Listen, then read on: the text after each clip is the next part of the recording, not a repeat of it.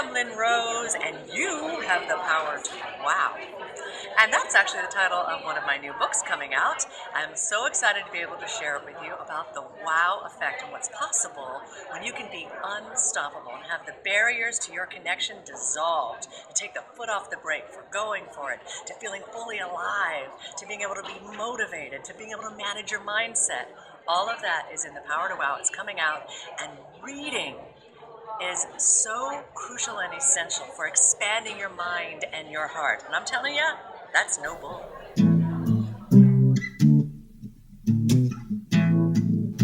That was the amazing and dynamic Lynn Rose. Watch out for her book, You Have the Power to Wow. My name is June, and welcome back to another episode of Noble Book Review. You'll be there for me. Hello, beautiful people, lovers of literature, babes of books, proponents of prose, and rogues of reading. Following our last program where I did a review on Chasing the Dead by Tim Weaver, the author has kindly reached out and thanked us for the wonderful review that he's got. And also he wants you to know that he's working on the latest installment of the David Raker series. Right on course, and everyone around the region wishes him the very best of luck, and I'm sure we all are looking forward to the next release. I have talked about 2 crime thrillers, and some of you have requested for some classics, and that's exactly what I had in mind for this particular episode. The author in the spotlight is E.H. Young, Emily Hilda Young.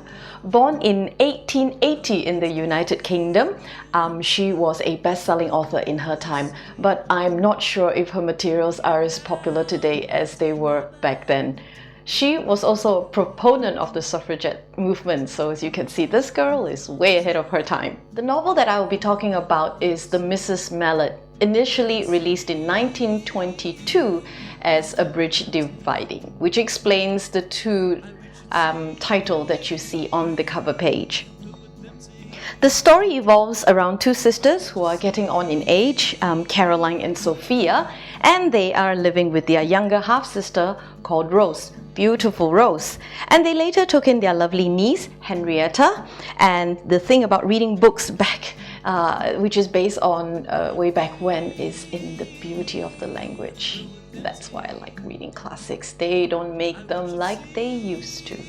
The setting of this particular story is at a time when women were courted and men pursued.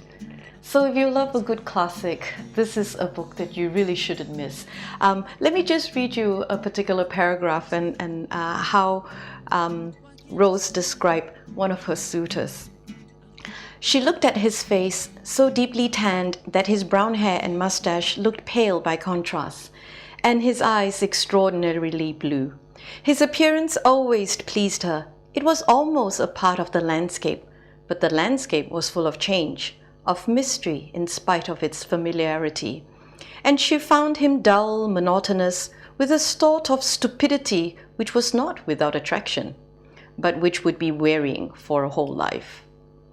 Ouch, how do you like that? You know, she kind of like described him as like, you're hot, but you know what, I might get bored looking at you after a little while. So anyway, of course, I'm just saying it in the language that we would use these days, y'all. But I mean, check out that paragraph, right? I mean, people really don't write like this anymore. I think this book is really good for people who want to improve their English, especially students, but it's also great for those of you who love to curl up on a Saturday afternoon with a cup of tea and some scones, and then read a book about men and women, and the only time they met was through evening dances and chaperoned picnics, and where women wore satin and laces and men wore tails and top hats.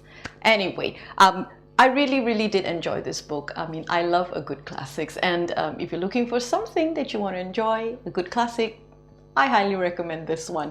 Besides, I don't think many people have read E.H. Young, so please go look for her books, Emily Hilda Young. E.H. Young, this particular book called Abridged Dividing or The Misses Mallet.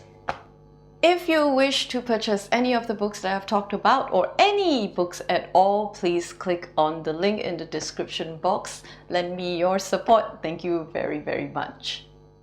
Before I wrap up this edition of Noble Book Review, I just want to give a special shout out to Eugene. Eugene was the first person to spot the TIE fighter in the background in the last episode of Noble Book Review. Eugene travels with a TIE fighter. TIE fighter is on his arm. He also travels with Darth Vader because Darth Vader is on the other arm. I'm just gonna go out on a limb here and say that Eugene, you must be a fan of Star Wars. Just saying. Anyway, I would love to hear from all of you. If you have a book that you're reading and you'd like to share with me about it, please do send me a picture of yourself and the book. And if you're shy, just send a picture of the book. Tell me about what you're reading, what you like, what you don't like. I would be very happy to hear from you. You can send it to june@rightoncourse.com. Thank you so much for watching. This has been Noble Book Review brought to you by Right on Course. Remember to click like, share and subscribe. My name is June. Until I see you again, remember to keep reading, keep learning, because that's how you're going to keep improving. Bye! I'll always care, though you're not there. Love will be the same.